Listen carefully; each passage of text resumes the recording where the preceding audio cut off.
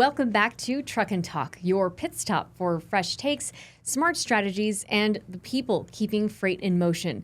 Today, we're taking you behind the scenes at MVT Solutions, where a team of engineers and industry experts is changing the game in fuel economy as well as sustainability.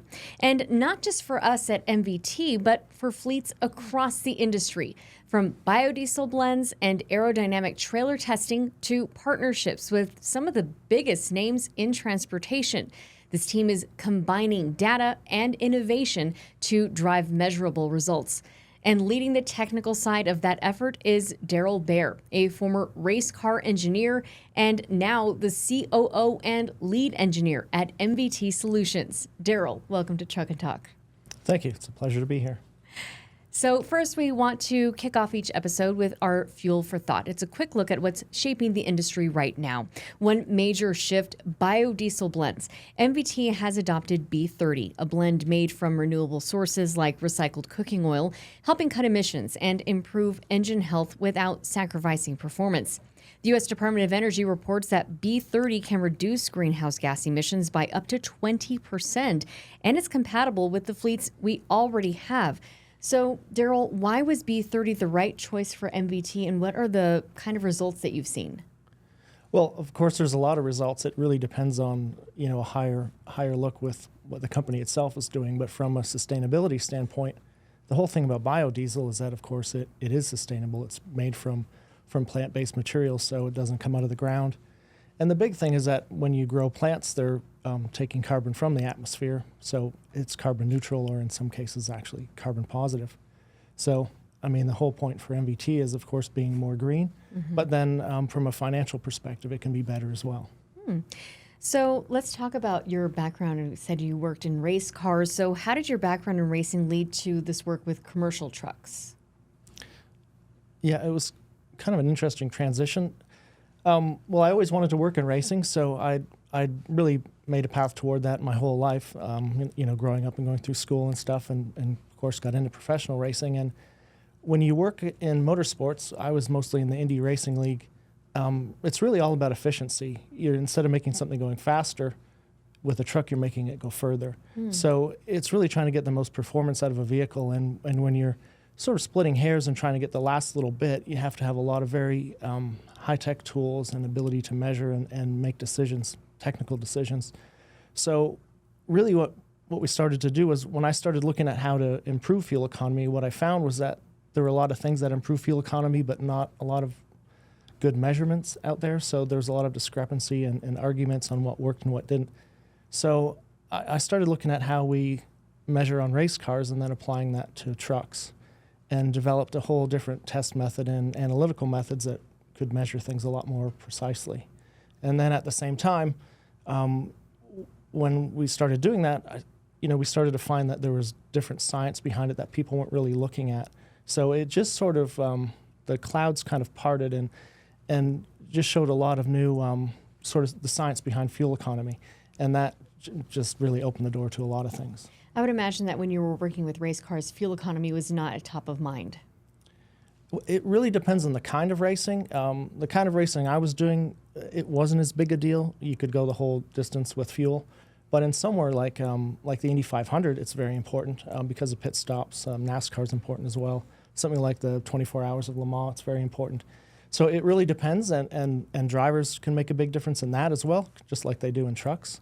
But it's not, you're going for speed more than fuel economy, for sure. Right. So what inspired the creation of MVT Solutions, and how did it evolve into what it is today? Well, if we're to start from the beginning, I went to a trade show, TMC actually, which we still go to every year. And tell us what TMC is. It's the Technology Maintenance Council. So it's really the big, it's part of the ATA and the American Trucking Association. And it's really the biggest technical trade show for trucking. So it's anything to do with fuel economy, it's definitely the place to go. And so I went there, and I actually met Jimmy Ray, who was a partner at MVT, Royal's partner. And so Jimmy and I got talking, and of course, just like Royal, he's into racing. So we hit it off right away and really talked about racing more than anything. But then we started talking about fuel economy, and he really told me about how difficult it was to measure fuel savings. So we kept talking, and then as I was developing this test method, he and I kept in touch. And then after about a year of working on this process, I ended up coming down here and testing with Jimmy and Alan Derringer and the whole crew. And that was in 2012, so that's where it all kind of started. And that first year we did about 100 fuel economy tests, found a few million bucks in savings for the fleet, tested everything from aero to oils and tires.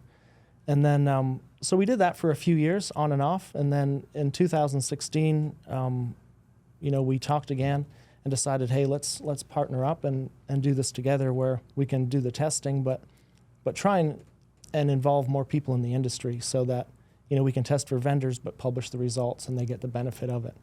And really the idea was to do the testing, do it in a financially sustainable way, but share the information with the industry and help everyone move forward.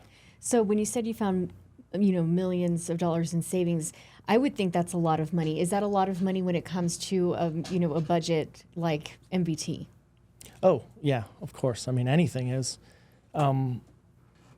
Like as an example, this was a couple years later, but when we first started MVT Solutions in 2016, the first thing we tested and published were the eco flaps, the aerodynamic mud flap.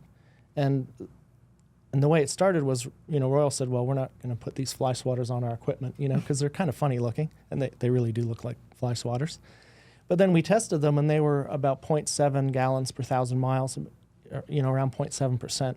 And it turned out to be an ROI of a few months for the MVT fleet and was going to save them almost $300,000 a year. Wow.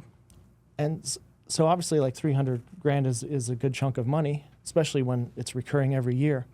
But the big thing about this testing that we do is that no one else can measure down to that amount.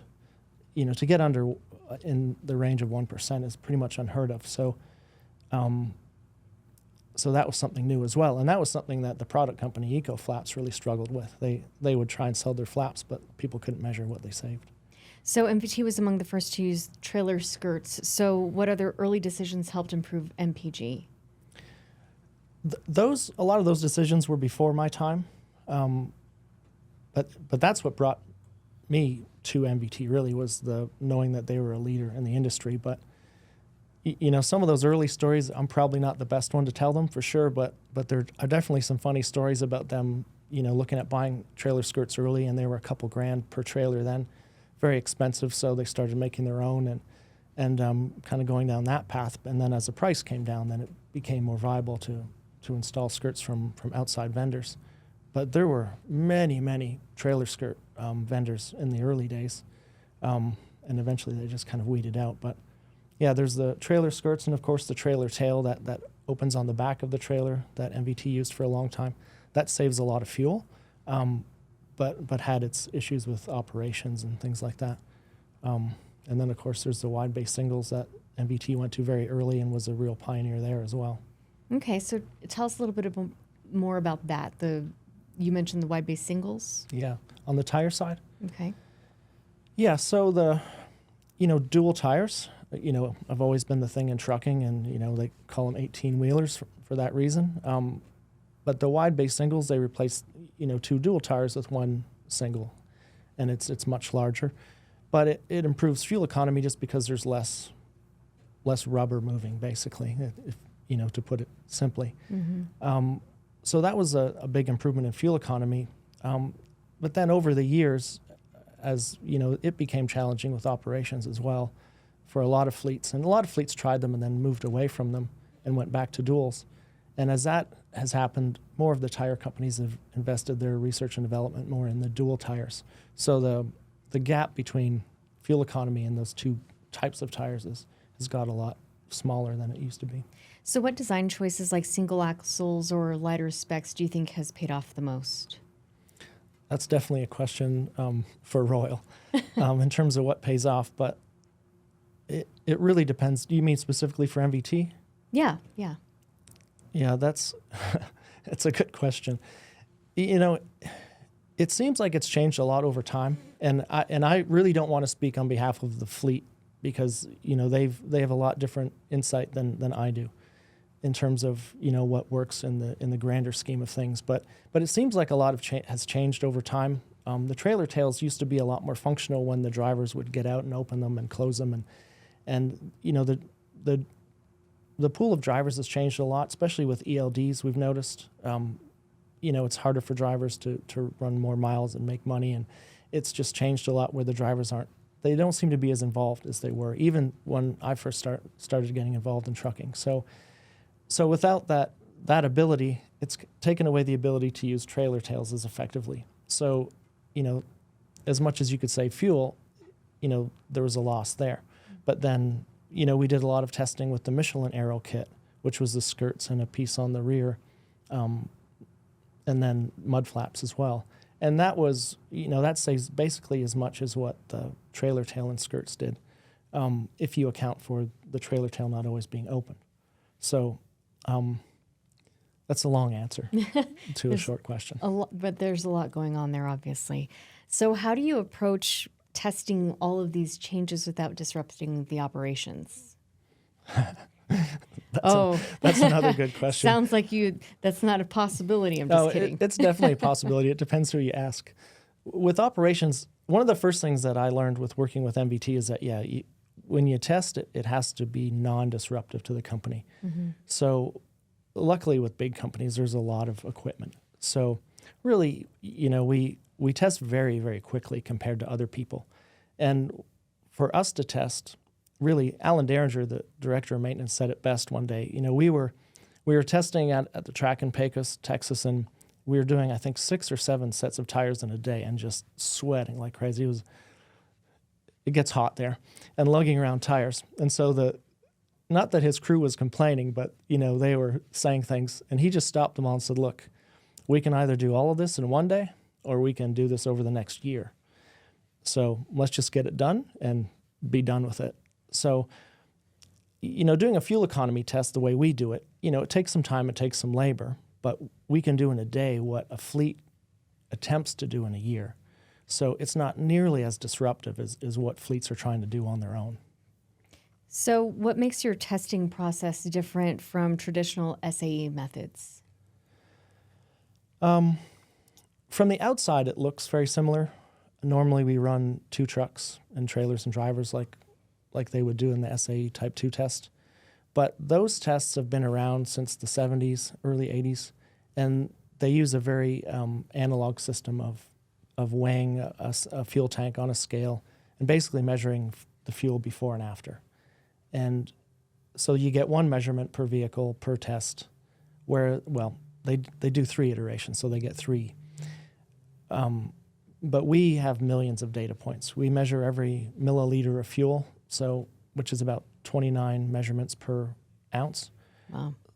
So as we measure that in real time, we can see the amount of fuel that's being burned every second. So as we're going up and down hills, if the wind is changing. So any kind of variables like that. And even as the temperature of the drivetrain changes and warms up and the tires, everything, and the tires come up in pressure. So we're able to overlay all of that. And so that's sort of the beginning of the test method is our ability to measure down to that granularity and overlay all this data.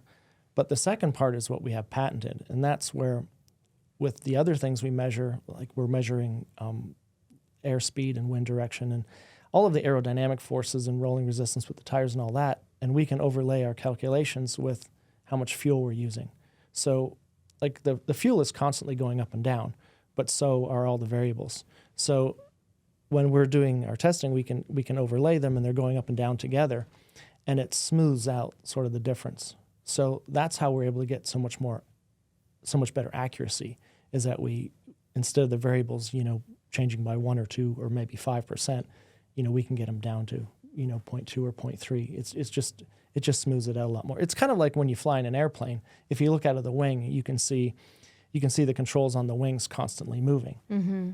It's the same thing. It's sensors that are taking in measurements and reacting and changing sensors so that it stays more level. It's fascinating to hear about all of the different variables and how you're able to get it to that 0.2% accuracy just by measuring all of those different things. So why do you think that matters to clients? Well, the accuracy is the big thing, and people don't really know it or think about it, but in the end, what you really want is a reliable answer. And when we started doing this, we would talk about the technical side, but what it really comes down to is the more accurate of a number you have, the more accurate your financial calculations can be, which in the end is what your decision's going to be. So like you look at the mud flaps, for instance. So if we were to say the savings were 0.7, but the variability was plus or minus 2%, in the worst case scenario, it's a negative, like a financial loss, and in the best case scenario, it's a really big gain. Mm-hmm. And someone like Royal or Dean Rigg, the CFO looks at that and says, well, we can't make a decision on this. It's a gamble. So when you can get the accuracy and pinpoint exactly what the savings are, well, then you can make a decision, yes or no. It's kind of like a sniper approach, really. Like you can pinpoint exactly, on the target, and you have a very small window of variability. Well, that's fascinating. So tell us about the lab setup and what's happening behind the scenes. Behind the scenes. Well, it depends who you ask. I'm asking you. Behind the scenes really vary. So right now we're testing today. Actually, we're doing an on-road, a highway test for a major fleet. Mm-hmm. And so behind the scenes, as I was driving here, they were our guys were all setting up. Well, guys and gals, we're setting up for tomorrow, and then getting all the data and processing that, and setting up the next truck for testing. So there's a lot of people running around getting organized for tomorrow, and getting today's stuff all sorted. So there's all that behind the scenes. But for one day of testing, there's probably 20 or 30 days of labor that goes into it behind the scenes, depending on how much preparation there is and the condition of the vehicles, and then the analysis and the reporting is huge. Yeah. So what does it mean for a product to be MVT Solutions certified? It means normally that fleets will take them seriously. That's the big thing. Like I said, there's a lot of information out there on fuel economy, but it's the trucking industry has gained enough experience that the experienced people know that the information that's out there is quite unreliable traditionally. So the stuff that we've done, it's people have learned over time that it is reliable, and that we can measure on their equipment and see what the savings are. And so it's to a fleet that knows who we are, when they see something that we've tested and it's certified, they know that they can trust it. And if they don't trust it, or they have questions, they know that they can contact us. So we have a good relationship with most big fleets. And then to a product company, a supplier, vendor, to them, it helps them sell the product and get taken seriously, because there are a lot of people, again, like I said, out there trying to, they make claims on their product, but without reliable proof, they're not really getting anywhere. So, I keep mentioning the eco flaps, because it's such a good example of something we tested early. After we tested with them, MVT as a fleet went fully outfitted with them, so installed thousands of flaps in a few months. We tested with another fleet that installed 20,000 in 3 months. So huge numbers. And then, the eco flaps won't tell us how many flaps they've sold through us. We don't get a commission, but we just know it's a lot. So whenever we call and say, hey, we have an opportunity, they just kind of say, okay, when and where. So it's been extremely successful for them and for a lot of product companies. Mm-hmm. How do you make sure that the results stay unbiased, especially when products perform differently than expected? Yeah, that's a good question. The data is the data. If we test something that we don't think is correct, then we just retest it. Mm-hmm. And when anomalies happen, we work really hard on the data to see what's happening, and we want to make sure that we understand it. And then if we're doing a test with fleets, it's different, especially if we've tested something a number of times. We can say, hey, this is what we're expecting. This is what we've seen in other conditions. But the big thing is that we have the ability just to overlay the science with it. So if we get a number that's large or small, we can look and see why. Like, for instance, with trailer aerodynamics, to go from nothing to full aerodynamics on a trailer is usually about 1 mile per gallon. So it's a huge number. But that'll vary depending on the conditions.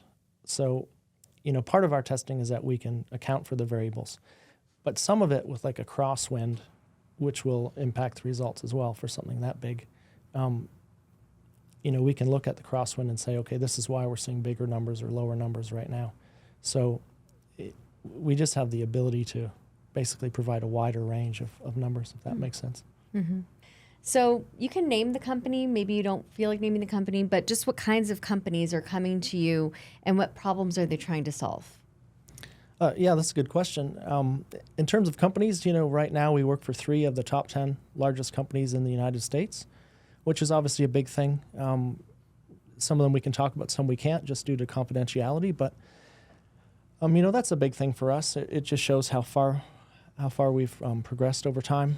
And then there's more in the top 50 and top 100, and that's not just trucking companies, but companies overall. So when people talk about working for Fortune 500 companies, and we're with the top 10, it says a lot. And then with other trucking companies, a lot of what's called the mega fleets, so the fleets of over 1,000 trucks, we work with a large number of them. And, sometimes it varies on what they're looking for. We do a lot of tractor versus tractor testing.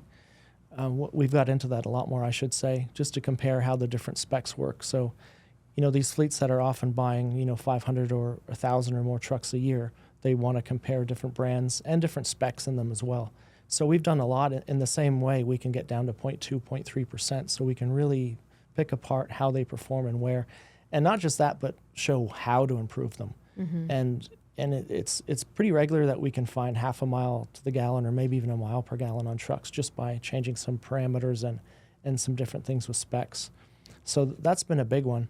And then there's a lot of companies that are just looking for us to help them choose other kinds of specs, like add-on things, like we talked about trailer aerodynamics. There might be tire comparisons. And then a lot of vendors bring us in to do stuff as well, where they're trying to get business with a company or just try and prove what their product does compared to another one.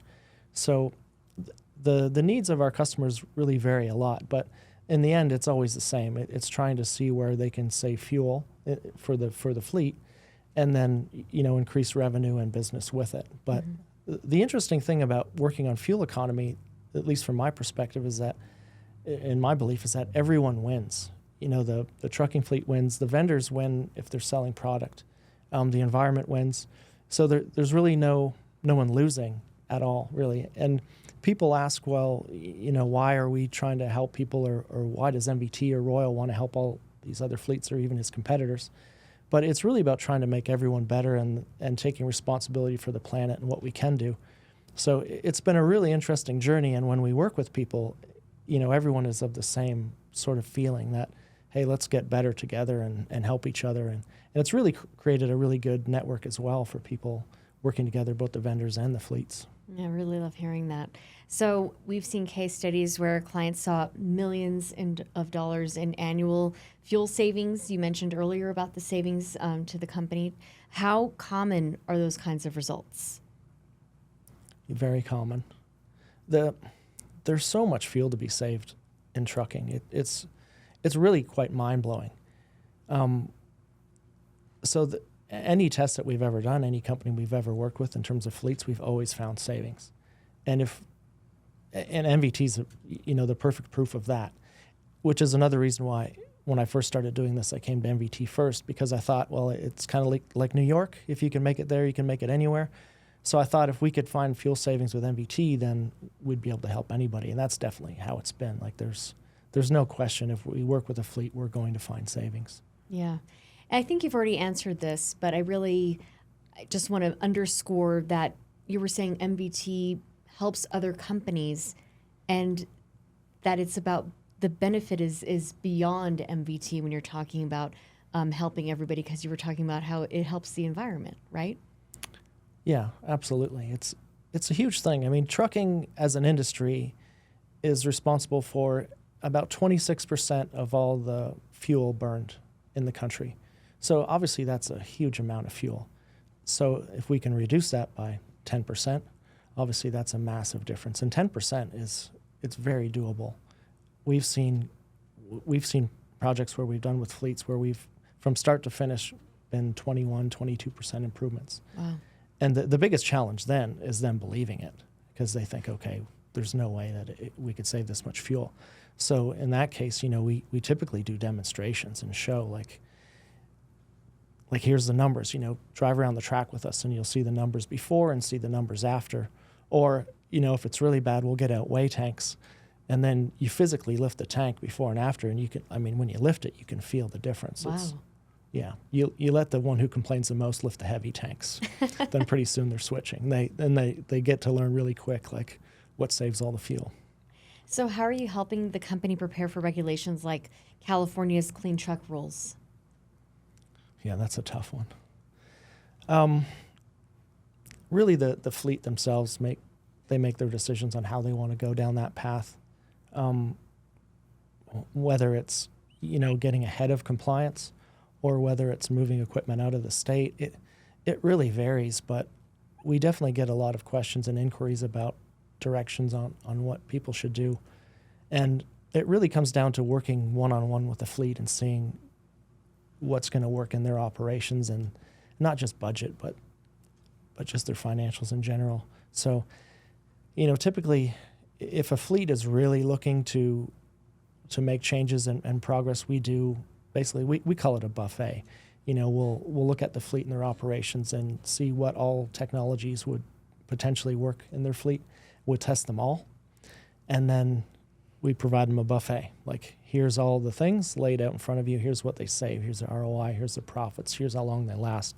Here's what we've experienced, and if we don't have experience, we know other fleets that do, so we'll bring them in. But really, it's to provide a very accelerated opportunity, or an ability to change up front. So what innovations are you most excited about that you anticipate coming over the next few years? Honestly, there's a lot of technologies. The biggest hang up in fuel economy and trucking is education. It really is. There's decades of myths behind, what works and what doesn't. And, that's really the biggest thing, is educating people on how to understand it and understand that there is an ability to make smart decisions and make plans and put them in the driver's seat of making decisions, instead of letting, the industry or the states like California make decisions for them. So what would you say to a company that's considering working with MVT Solutions for the first time? Well, it's really simple. Just to contact us and have a conversation. But once we talk, it's pretty easy to see what path to go down with them. And, we've worked with a lot of course, box fan fleets, but also dry bulk fleets and box trucks, all kinds of different things. Like, the science is all the same. It's just a matter of understanding the fleet and applying what technologies or options there are. So really, it's just reaching out and contacting us, having a simple conversation. And it definitely does not have to be formal. They don't have to have any answers. Just contact us and start a conversation. Sounds pretty easygoing. It's very easy. All right, Daryl, thank you so much for talking to us today. Thank you. It's been a pleasure. And that's a wrap from Truck and Talk, your pit stop for fresh takes, smart strategies, and the people keeping freight in motion. To learn more about how MVT Solutions is helping fleets drive smarter, test better, and prepare for the future, just visit m-v-t-s.com. Be sure to follow or subscribe so you never miss an episode. I'm Stephanie Valle. Stay safe, stay sharp, and keep on trucking. And we'll see you next time on Truck and Talk.